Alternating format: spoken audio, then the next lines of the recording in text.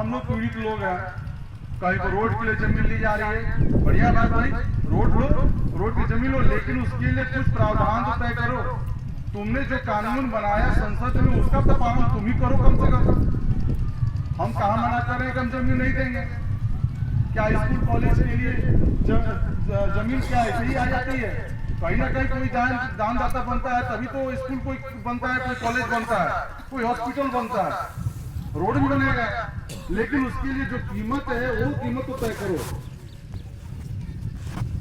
Land acquisition act में, भू अर्जन कानून में एक सामाजिक प्रभाव आकलन आता है धारा 4 में। उसका आंकड़ा ये रहता है कि उसमें विशेषज्ञों का समूह यह आकलन करेगा कि उस परियोजना से या जो जिसके लिए वो जमीन का अर्जन किया जा रहा है, अधिग्रहण किया जा रहा है, उससे जो लाभ होने वाला उसके विपरीत उसका नुकसान कितना हो रहा है। कहीं ऐसा तो नहीं कि लाभ से ज्यादा नुकसान हो रहा है। इस चीज का आकलन करने के बाद ही जमीन का अधिग्रहण किया जाता है। तो ये पैमाना तो लागू होना चाहिए।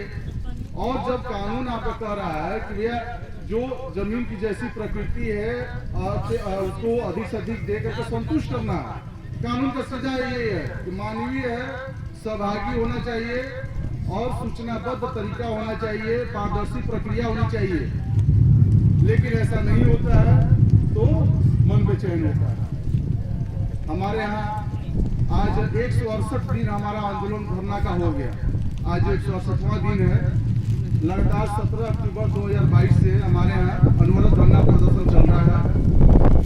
और अभी तक है कि बहुत उतार चढ़ाव उन्होंने देखा। दर्जनों FIR हम लोग पर हुए, 307 और 200 तक का मुकदमा लगा।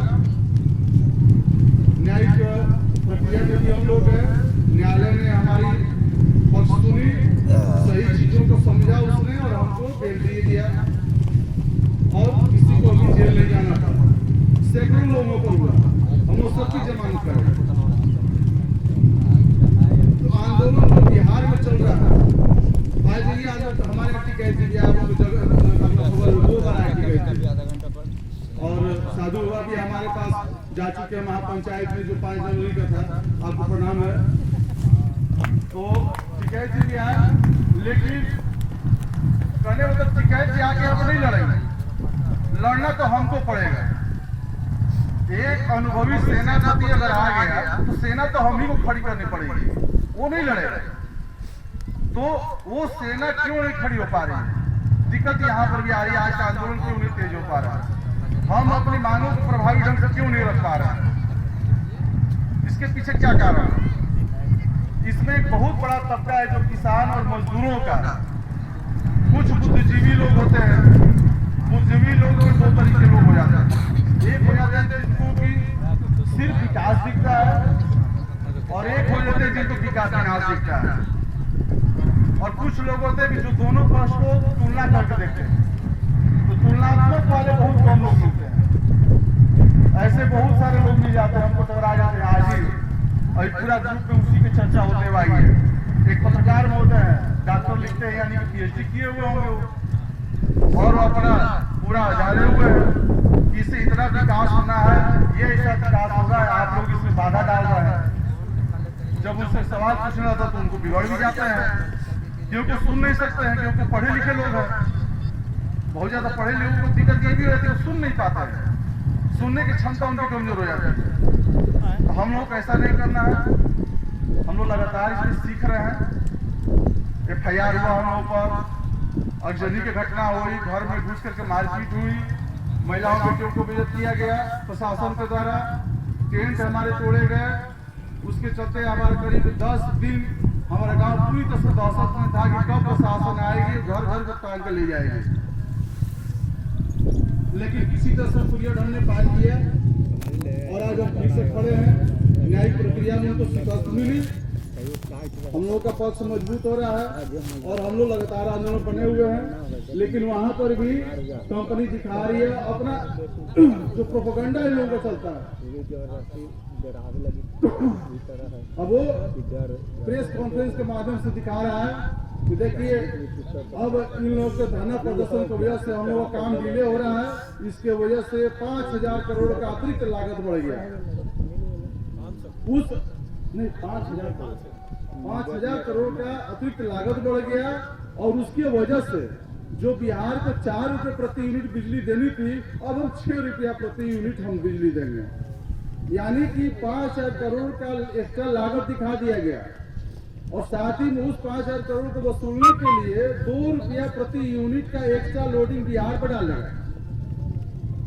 ये हिमाचल से आई हुई कंपनी यहाँ पर भ्रष्टाचार करने के लिए 5,000 करोड़ का दिखा दिया, भ्रष्टाचार करेगा वो, और 2 रुपये प्रति यूनिट समझिए कितना अरबों खरबों रुपए कितना भ्रष्टाचार करके वो अपना गबन करेगा बिहार को लूटने के लिए।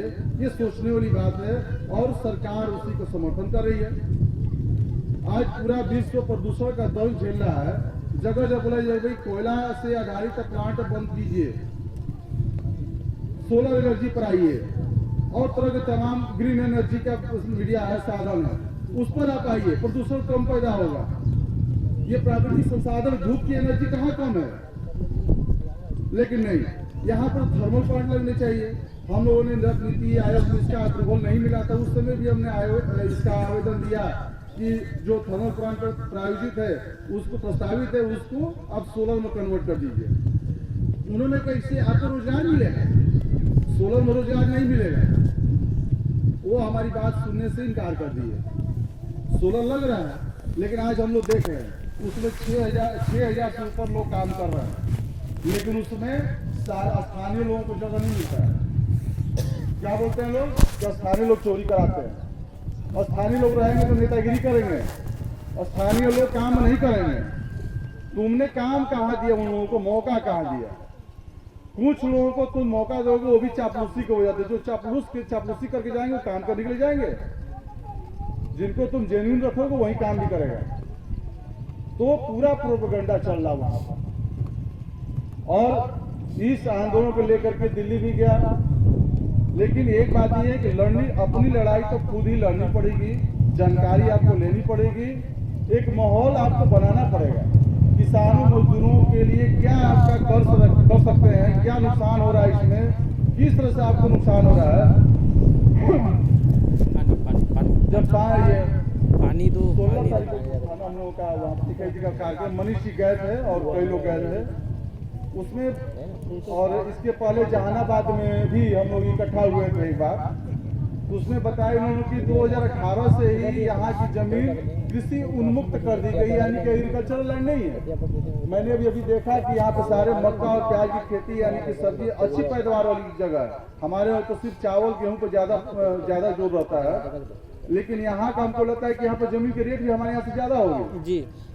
तो कृषि उन्मुक्त जमीन को आप एग्रीकल्चर करके आप जमीन ले रहे हैं तो तुम कानून का उल्लंघन तुम खुद कर रहे हो।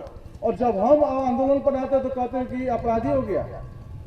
हमारे कितने लड़कों पर वहां पर जो बच्चे सरकारी नौकरी का ख्वाब देख रहे थे आज वो अपराधी बने हुए, 360 के मुजरिम बने हुए। बेल मिल गया, लेकिन बेल मिलने के साथ साथ उन पर काली तो लग गई। तुमने उनको भविष्य चौपट करने से पहले एक बार सोचा नहीं कि किसका भविष्य तुम चौपट कर रहे हो? क्या इसी को विकास करते हैं? यही विकास की कीमत है कि कुछ लोगों को गला खरीद करके मार दो और उसके बाद में लोगों का विकास करो, दिखाओ, अपना पीठ थपथपाओ। पीठ बना तो उसका देखो कि बंजर जमीन कहां पर है या उनको सही मुआवजा दो। यूपी में बहुत जगह जमीन अधिग्रहण का काम चल रहा है। जो भारतमाला एक्सप्रेस है इसको आप सुनेंगे कि कैमूर में भी वहां पर हुआ है कार्य, इसको लेकर के कार्यक्रम हुआ है, धरना प्रदर्शन वहां पर भी हुआ है।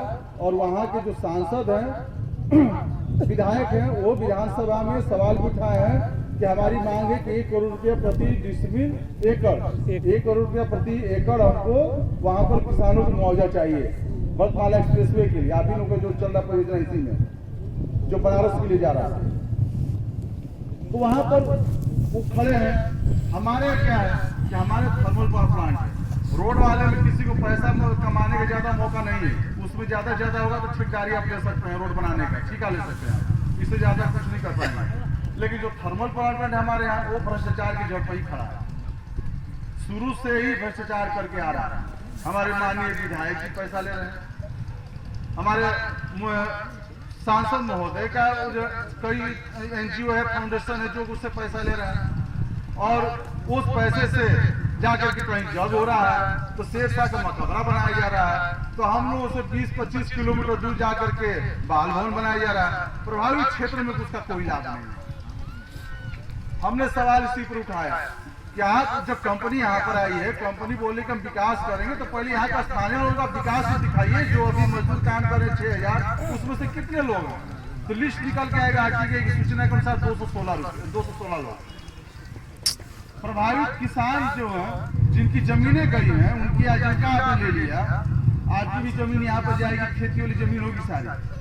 तो खेती वाले जमीन का मुआवजा के लिए जब एक्ट इसमें आप देखिएगा तो एक्ट में आपको मुआवजा के लिए आपको पर्याप्त उपाय दिए हुए हैं कि आपको जो जमीन का जिस कैटेगरी का रेट है उस कैटेगरी से आपको मिलना चाहिए। मुआवजे में कहीं कम नहीं करना है। जमीन अधिग्रहण का एक्ट और NHI का एक्ट दोनों एक दूसरे के, लेकिन जैसा कि उमेश सर ने इसको डिफ्रेंशिएट किया कि ये कॉरिडोर है। कॉरिडोर मतलब कि सामान्य सड़क सला हो जाता है। इस पर जो कमर्शियल व्हीकल है, जो फास्ट रनिंग व्हीकल है, वही सब चलेगा। तो ये तो फिर आम पब्लिक के लिए भी नहीं रह जाता, तो फिर लोक परियोजन कैसे हुआ? ये सभी बहुत सोचने वाली बात है इसमें।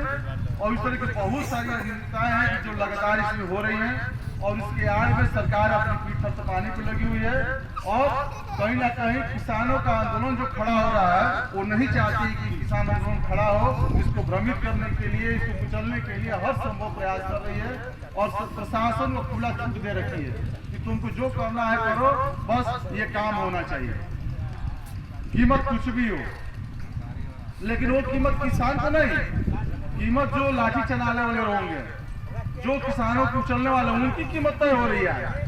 यानी कि दलालों की, ठेकेदारों की कीमत तय हो रही है कि तुमको जितना कीमत लेना ले लो, किसानों का पैसा नहीं जाना चाहिए और उनका जमीन तुमको हड़प लेना है। तो आज के दिन में जो पहले जो भू माफिया होते थे, आज के दिन में सरकार खुद काम कर रही है।